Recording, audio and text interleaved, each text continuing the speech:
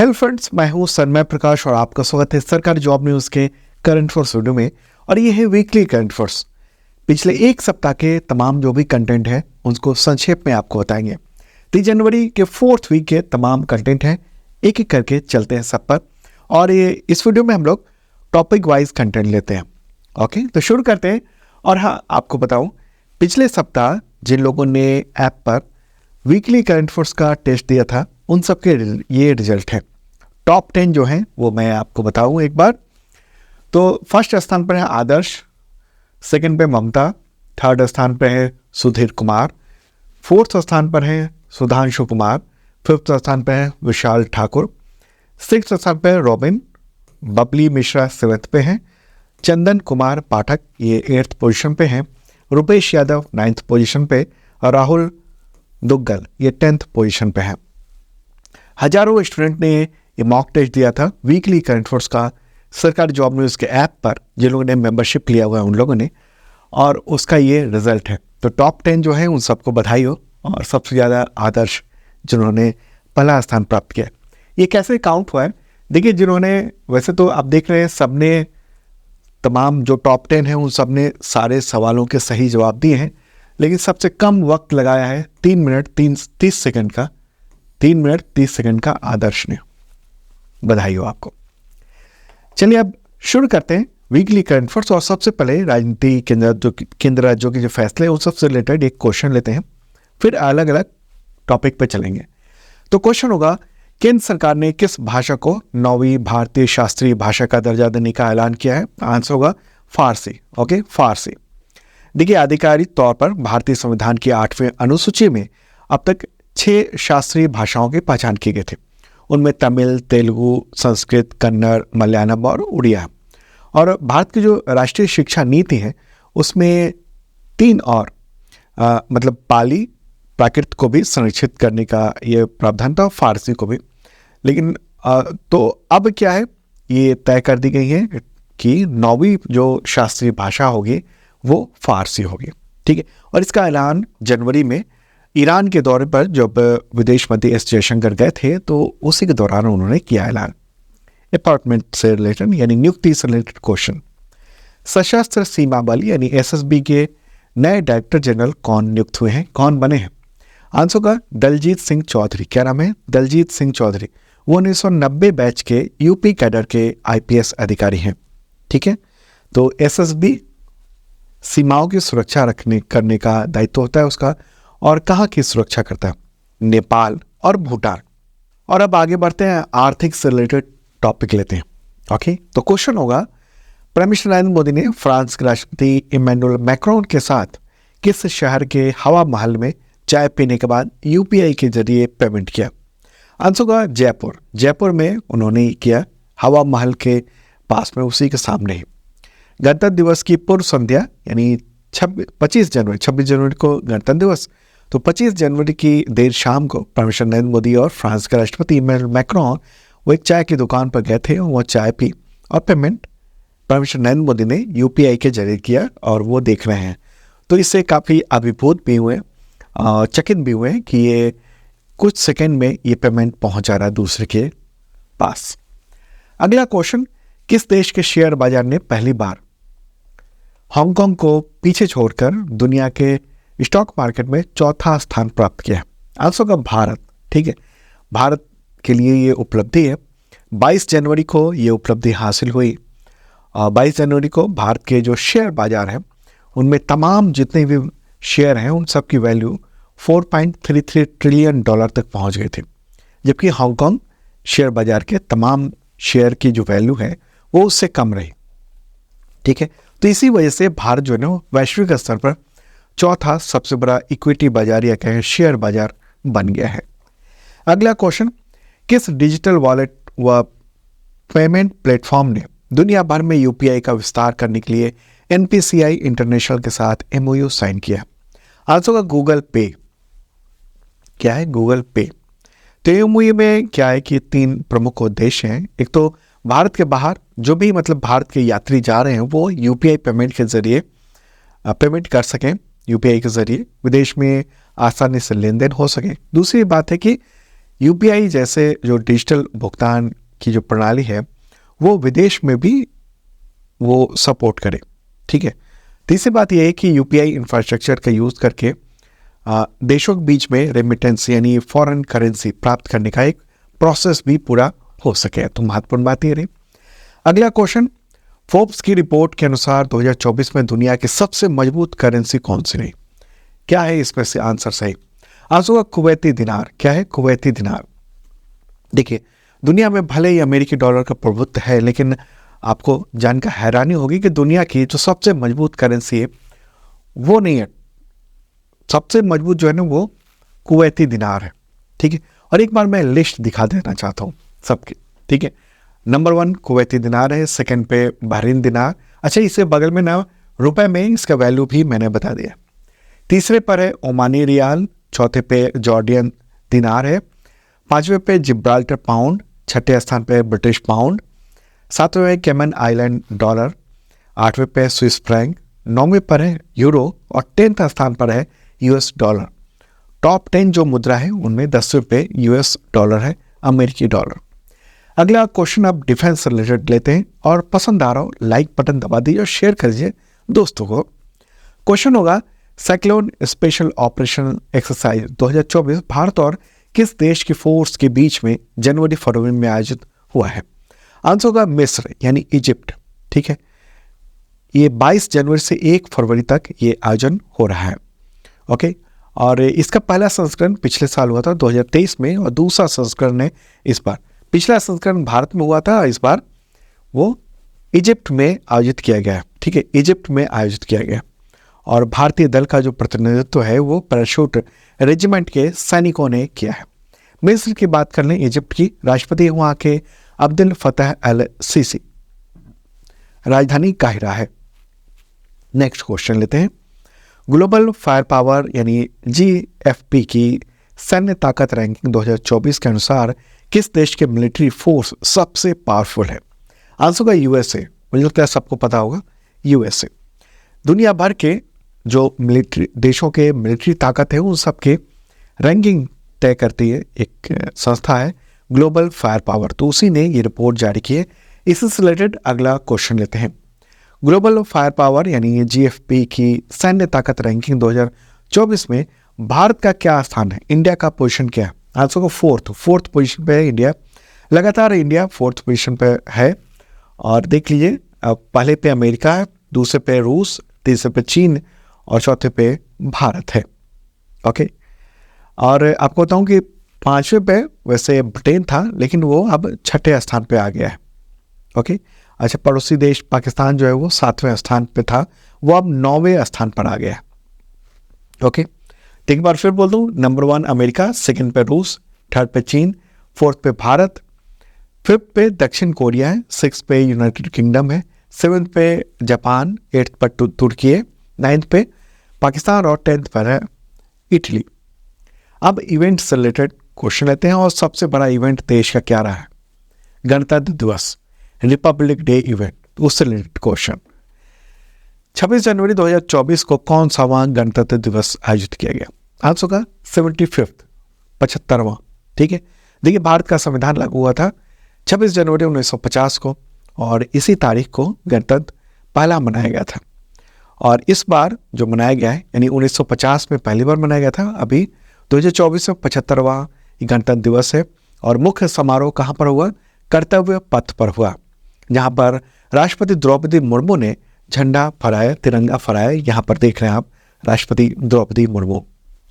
अगला क्वेश्चन लेते हैं। 75वें गणतंत्र दिवस समारोह की थीम बताएं। क्या थी थीम? आंसर होगा विकसित भारत और भारत लोकतंत्र की मातृका। ठीक है। विकसित भारत और भारत लोकतंत्र की मातृका। मातृका मतलब मां। ठीक है।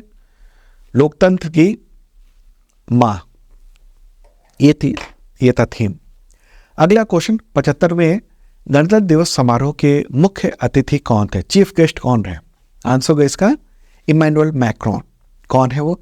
फ्रांस के राष्ट्रपति, वो थे चीफ गेस्ट। ठीक है। और फ्रांस के वो 6ठे ऐसे राष्ट्राध्यक्ष हैं जो गणतंत्र दिवस में चीफ गेस्ट रहे हैं। ओके। तो ये रहा फोटोग्राफ आप देख रहे हैं, चीफ गेस्ट इमैनुअल मैक्रों यहाँ पर हैं।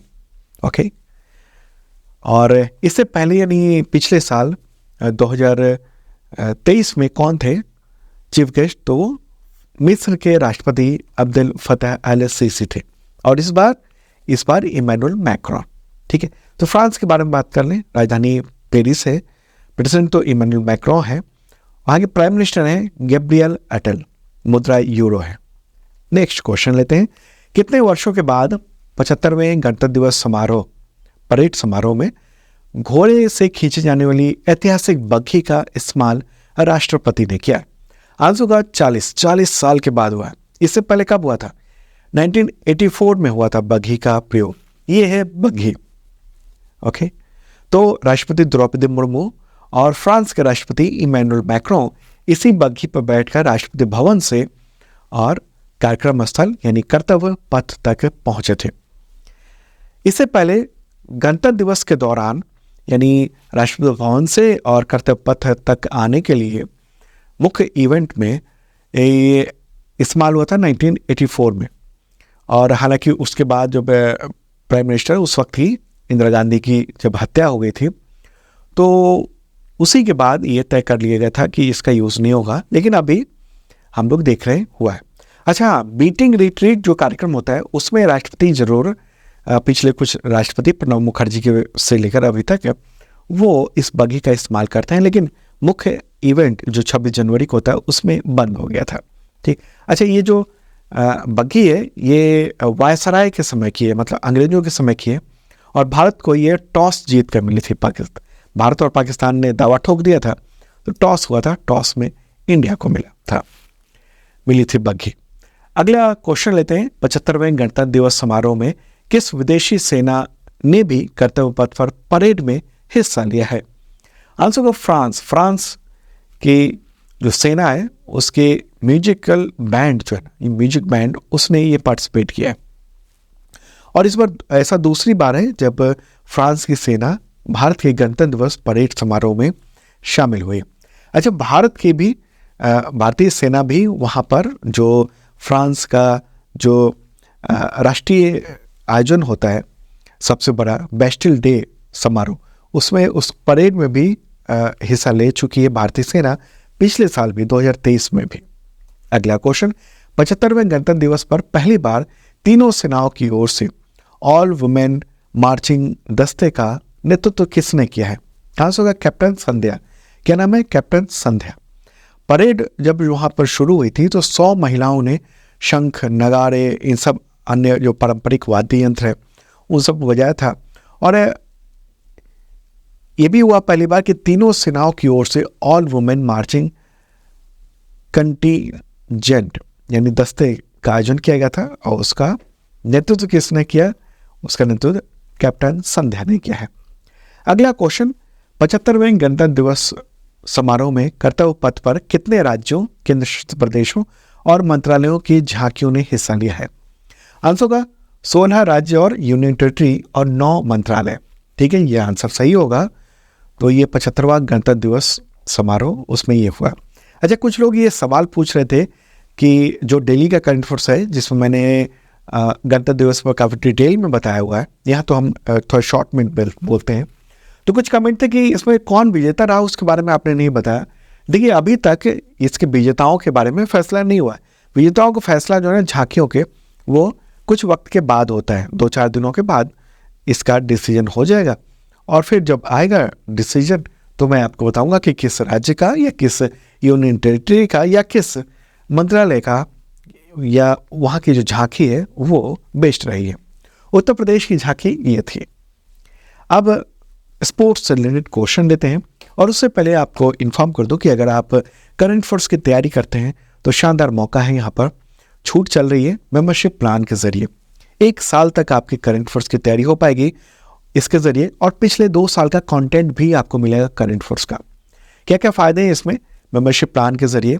देखिए, वैसे तो इसमें 2 तरह के, एक IAS PCS लेवल के करंट अफेयर्स के लिए और एक SSC, पुलिस, टीचर, इन सब के लेवल के करंट अफेयर्स के लिए। ठीक है, तो इसमें मिलता है मूलतः ये है कि आपको करंट अफेयर्स का अगले 1 साल तक यानी 365 दिनों तक daily, weekly, monthly, quarterly, yearly ये करंट अफेयर्स का PDF आपको मिलेंगे, और वो भी कई तरीके के, जैसे वन लाइनर, MCQ नोट्स होता है, और टेस्ट सीरीज भी मिल जाएगा। मॉक टेस्ट कहिए उसको, करंट अफेयर्स का daily mock test, weekly mock test, monthly mock test. और ये PDF और मॉक टेस्ट जो करंट अफेयर्स का है वो आपको पिछले साल के भी मिल जाएंगे, 2023 के पूरे मिल जाएंगे। PDF तो 2022 का भी मिल जाएगा, क्योंकि एग्जामिनेशन में अक्सर देखते हैं हम लोग कि पिछले एग्जामिनेशन के मतलब पिछले साल के क्वेश्चन आते हैं, पिछले 1.5-2 साल तक के क्वेश्चन आ जाते हैं, इसलिए ये इंपॉर्टेंट है। और साथ में जैसे IAS PCS के जो प्लान है उसमें तमाम राज्यों के जो टेस्ट सीरीज़ हैं वो रहते हैं एग्जामिनेशन के, और UPSC IAS के टेस्ट सीरीज़ हैं। इसके अलावा जो बेसिक मेंबरशिप प्लान है उसमें SSC के तमाम जो एग्जामिनेशन है उसके टेस्ट सीरीज़ हैं, पुलिस, UP, बिहार, टीचर, इन सब के उसमें टेस्ट सीरीज भी अवेलेबल है। तो देखिएगा ज़रूर, इस वीडियो के डिस्क्रिप्शन में आपको बहुत काम आएगा। तो स्पोर्ट्स से रिलेटेड क्वेश्चन लेते हैं। खेलो इंडिया यूथ गेम्स के 6ठे संस्करण का उद्घाटन किसने किया है? आंसर होगा प्रधानमंत्री प्रधानमंत्री नरेंद्र मोदी ने उद्घाटन किया। तमिलनाडु में खेलो इंडिया यूथ गेम्स वो आयोजन किया गया, 6ठा संस्करण है। आगे बढ़ते हैं, अगला क्वेश्चन। 6ठे खेलो इंडिया यूथ गेम्स 2023 का शुभंकर क्या है? क्या है शुभंकर? आंसर होगा इसका वीरा मंगई। क्या है? वीरा मंगई।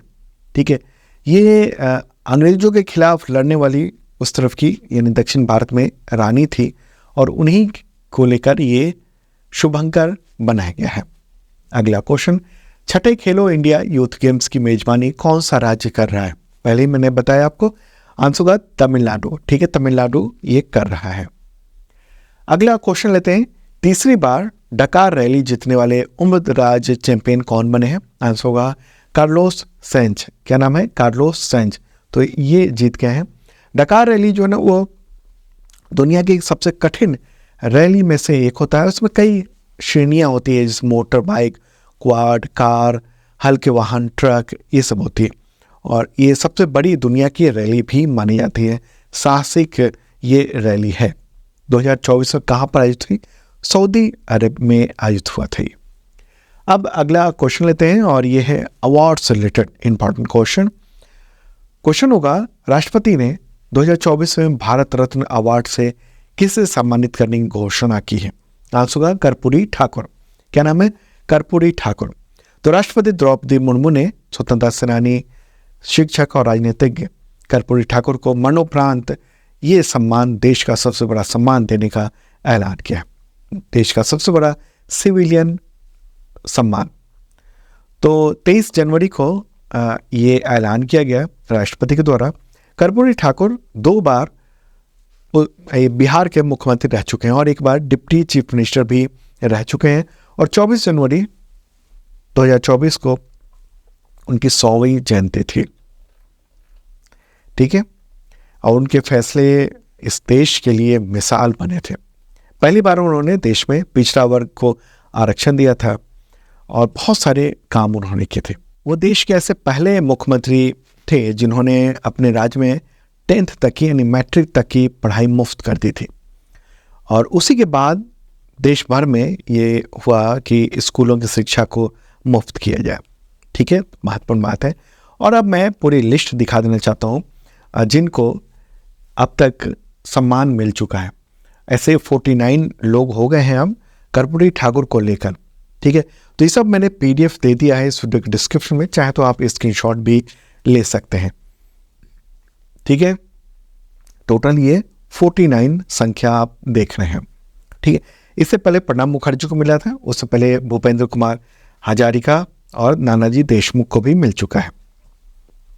और पहला सम्मान जो किसे मिला था? पहला सम्मान मिला था चक्रवर्ती राजगोपालाचारी, इसके अलावा सर्वपल्ली राधाकृष्णन और चंद्रशेखर वेंकटरमन।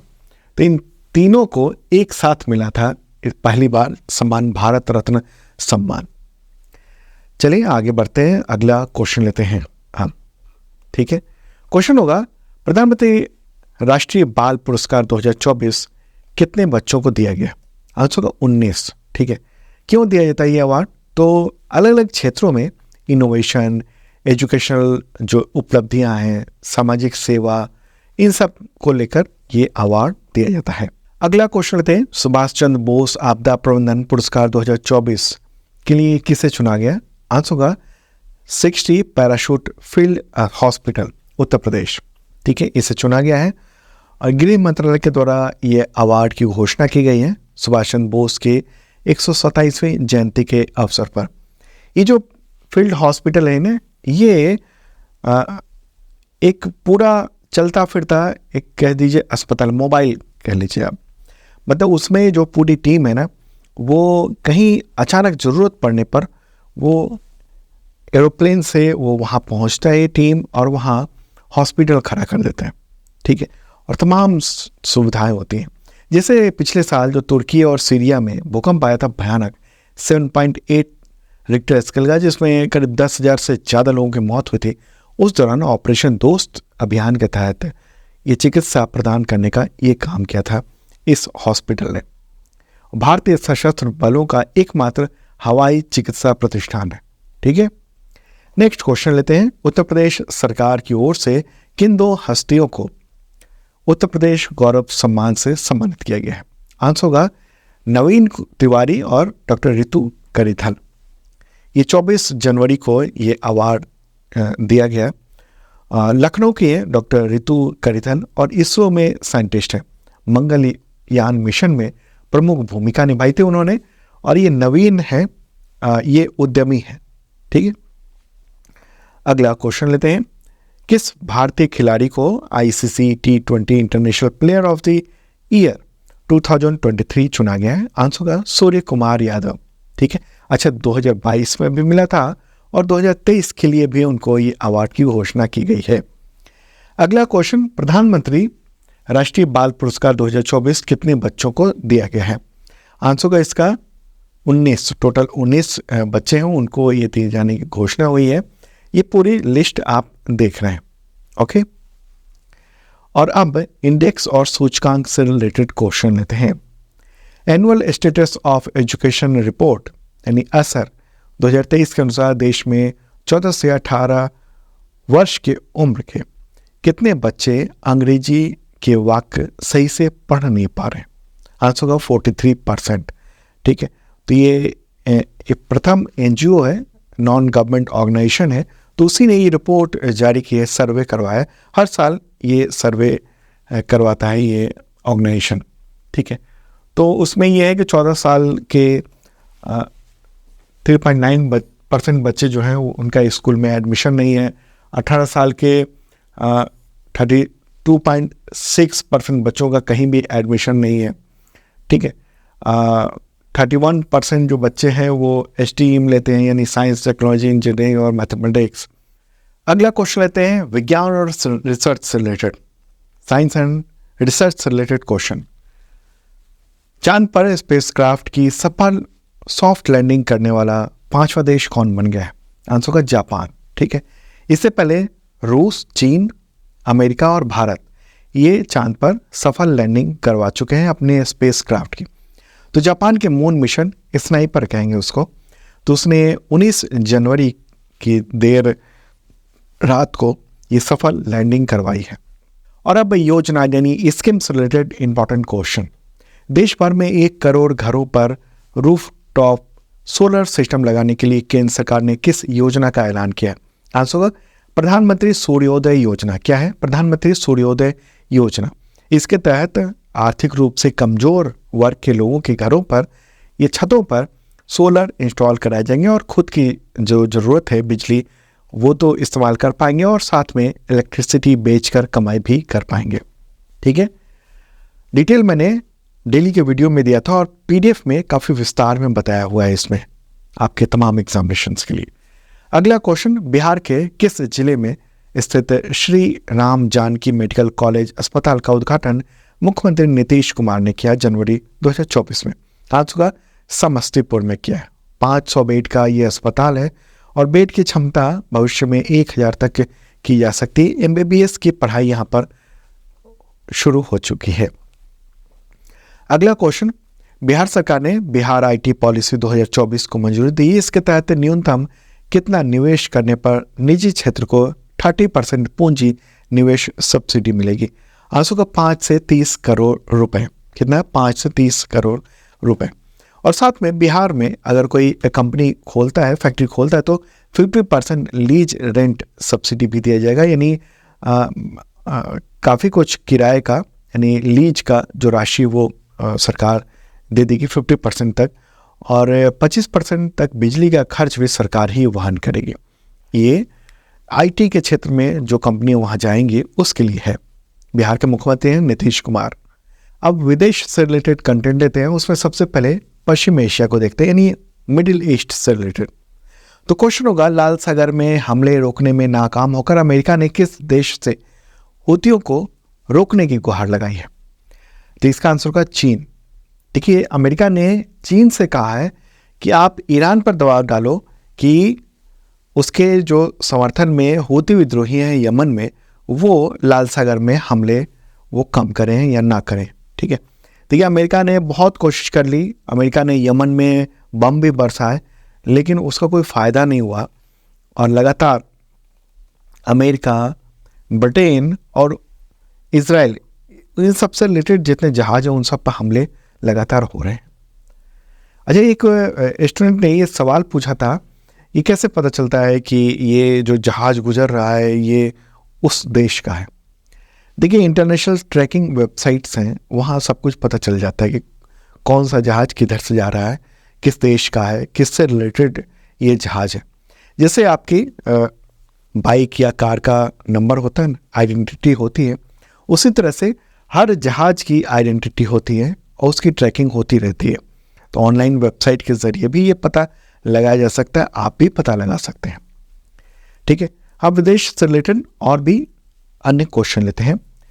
चीन जनसंख्या में लगातार, मतलब चीन की जनसंख्या में लगातार दूसरे वर्ष 2023 में ये गिरावट हुई है। यहाँ होगा चीन की, ठीक है, चीन की जनसंख्या में। तो ये कुल कितनी आबादी है जो 2023 में गिरावट हुई है? उसके बाद आंसर का 1.4 बिलियन। ठीक है, क्या है? 1.4 बिलियन। तो 17 जनवरी को चीन की सरकार ने ये एनुअल आंकड़े जारी किए हैं, डेटा जारी किया और कहा कि ये संख्या जो है ना वो कमी हुई है। 2023 में 20 लाख आबादी में गिरावट देखने को मिली है। मतलब जितनी डेथ हुई है ना, उससे कम बच्चे पैदा हुए हैं, ये बात है। चीन की ये डेटा है, चीन का जनसंख्या 1.4 बिलियन। मतलब है कि भारत जो है ना दुनिया का सबसे ज़्यादा आबादी वाला देश अभी है और आने वाले वक्त में भी रहेगा लंबे समय तक।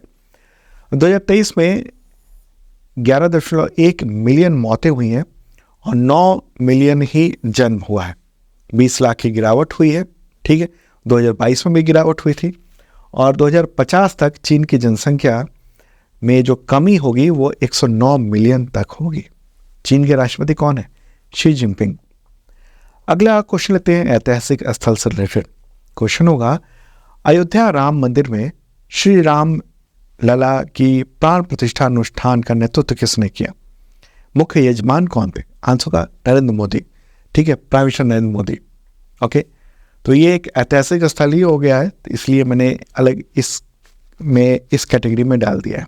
ठीक है, तो ये फोटोग्राफ रहा भगवान राम के बाल रूप यानी राम लला की मूर्ति का प्राण प्रतिष्ठा समारोह 22 जनवरी को हुआ। अगला क्वेश्चन लेते हैं, अयोध्या राम मंदिर में स्थापित रामलला की मूर्ति के मूर्तिकार का नाम बताएं। आंसर अरुण योगीराज। ठीक है, वो मैसूर के रहने वाले हैं, यानी कर्नाटक के रहने वाले हैं। अब मूर्ति बनाने का उनका 15 साल का अनुभव है। काले पत्थर से उन्होंने ये मूर्ति बनाई है। अगला क्वेश्चन लेते हैं, अयोध्या राम मंदिर में स्थापित श्री रामलला की मूर्ति का निर्माण कितने वर्ष पुरानी चट्टान से हुआ है? आंसर का 3 अरब साल पुरानी। कितना? 3 अरब साल पुरानी। मूर्ति के लिए चट्टान जो है वो मैसूर जिले के एक खदान से लिया गया है। अगला क्वेश्चन, अयोध्या राम मंदिर के वास्तुकार का नाम बताएं। कौन है आर्किटेक्ट? आंसर होगा चंद्रकांत सोमपुरा और आशीष सोमपुरा। चंद्रकांत सोमपुरा के बेटे हैं आशीष सोमपुरा। ये फोटोग्राफ भी देख रहे हैं आप। ठीक है, तो इन दोनों ने डिज़ाइन किया। सबसे पहले तो डिज़ाइन किया था कुछ दशक पहले चंद्रकांत सोमपुरा ने, और अब उसमें आशीष सोमपुरा भी शामिल हुए। अगला क्वेश्चन लेते हैं, अयोध्या राम मंदिर की वास्तुकला किस शैली की है? आर्किटेक्चर किस स्टाइल का है? आंसर होगा नागर शैली। क्या है? नागर शैली। ठीक है। भारत में मंदिर वास्तुकला की मुख्य तौर पे दो प्रमुख शैली देखने को मिलती है। ज़्यादातर उत्तर भारत में नागर शैली और दक्षिण भारत में द्रविड़ शैली। एक और है वेसर शैली, जो दोनों का मिला जुला रूप होता है। तो ये महत्वपूर्ण बात है, और कुछ जो जरूरी चीज़ें हैं वो यहाँ पर मैंने दे दिया है। किस शैली में निर्माण? तो नागर शैली में। अनुमानित जो खर्च है वो 1800 करोड़ रुपए है। कुल भूमि क्षेत्र है 70 एकड़। मुख्य मंदिर का जो क्षेत्रफल है 2.7 एकड़। ठीक है। मंदिर की लंबाई 360 फीट है, चौड़ाई 235 फीट है। शिखर सहित मंदिर की ऊंचाई वो 165 फीट है। 3 मंजिलों का ये मंदिर है। ओके। प्रत्येक मंजिल की ऊंचाई 20 फीट है। मंदिर के भूतल में स्तंभ जो हैं, यानी पिलर्स जो हैं, अच्छा, वो उसकी संख्या 160 है। आप ये जो मंदिर बनाया गया है उसमें सरिया का यूज नहीं किया, लोहे का यूज नहीं किया गया है। आगे बढ़ते हैं, अगला क्वेश्चन, अयोध्या राम मंदिर का निर्माण कार्य किस कंपनी को सौंपा गया था? आंसर होगा L&T यानी लार्सन एंड टुब्रो। ठीक है। तो निर्माण का काम लार्सन एंड टुब्रो, और पूरे जो मैनेजमेंट का काम है, जो भी काम चल रहा है और कैसे जो काम हो रहा है वो सब ध्यान रखने का काम टाटा कंसल्टिंग इंजीनियर्स लिमिटेड उसने। अगला क्वेश्चन लेते हैं, डॉक्टर भीमराव अंबेडकर की सबसे ऊंची प्रतिमा भारत में या कहें दुनिया में भी, यानी 206 फीट ऊंची जमीन से, तो उसका अनावरण आंध्र प्रदेश के विजयवाड़ा में किया गया। तो इस मूर्ति को क्या नाम दिया गया? Answer statue of social justice. ठीक है, स्टैच्यू ऑफ सोशल जस्टिस। ठीक है। तो डॉक्टर अंबेडकर की सबसे ऊंची मूर्ति, मतलब दुनिया में सबसे ऊंची मूर्ति की बात नहीं हो रही है अलग अलग लोगों की, यहाँ केवल डॉक्टर अंबेडकर की सबसे ऊंची मूर्ति की बात हो रही है। और ये फोटोग्राफ आप देख रहे हैं। तो उद्घाटन इनॉग्रेशन 19 जनवरी को किया गया विजयवाड़ा आंध्र प्रदेश में, वहाँ के मुख्यमंत्री YS जगनमोहन रेड्डी ने। ठीक है। अब दिवस से रिलेटेड क्वेश्चन लेते हैं। इस वीडियो के हम लोग आखिरी स्टेज में पहुंच चुके हैं। क्वेश्चन होगा, इंटरनेशनल क्लीन एनर्जी डे कब मनाया जाता है? आंसर होगा 26 जनवरी को। ठीक है, 26 जनवरी। नेक्स्ट क्वेश्चन, अंतर्राष्ट्रीय शिक्षा दिवस कब मनाया जाता है? आंसर होगा 24 जनवरी को। राष्ट्रीय पर्यटन दिवस कब मनाया जाता है? आंसर होगा 25 जनवरी को। अंतर्राष्ट्रीय सीमा शुल्क दिवस कब मनाया जाता है? आंसर होगा 26 जनवरी को। ठीक है। अंतर्राष्ट्रीय प्रलय संस्मरण दिवस कब मनाया जाता है? आंसर होगा 27 जनवरी को। ये जो सेकेंड वर्ल्ड वॉर के दौरान जो नरसंहार हुए थे यहूदियों का, उसको लेकर। अगला क्वेश्चन, पराक्रम दिवस कब मनाया जाता है? आंसर होगा 23 जनवरी को। इसी दिन नेताजी सुभाष चंद्र बोस का जन्म हुआ था 1897 में। अगला क्वेश्चन, राष्ट्रीय बालिका दिवस कब मनाया जाता है? आंसर होगा 24 जनवरी को। और थीम इस बार की शुभकामनाएं और संदेश, विशेष एंड मैसेजेस। नेक्स्ट क्वेश्चन, राष्ट्रीय मतदाता दिवस कब मनाया जाता है? आंसर होगा 25 जनवरी को। क्यों? इसी दिन स्थापना हुआ था भारत निर्वाचन आयोग के। अभी मुख्य निर्वाचन आयुक्त कौन है? राजीव कुमार है। अगला क्वेश्चन, किस राज्य में कोक बोरोक भाषा दिवस का आयोजन 19 जनवरी को किया जाता है? आंसर होगा त्रिपुरा। ठीक है, त्रिपुरा, क्योंकि इसी दिन त्रिपुरी भाषा, यानी जो भाषा का नाम है कोक बोरोक, वो 1979 में इसको आधिकारिक तौर पर मान्यता मिली थी। तो दोस्तों, ये था important current affairs weekly. Daily का भी वीडियो जरूर देखिए, आपके बहुत काम आएगा। और ऐप पर जाइए, ऐप पर बहुत सारे फ्री कंटेंट भी है, डेली का PDF फ्री है। ठीक है, उसके लिए आपको ऐप के मेनू में जाना पड़ेगा। मेनू में वहाँ पर फ्री मटेरियल का एक ऑप्शन आएगा, उस पर क्लिक कीजिएगा आप। ठीक है, अब मिलते हैं डेली के वीडियो में। बाय।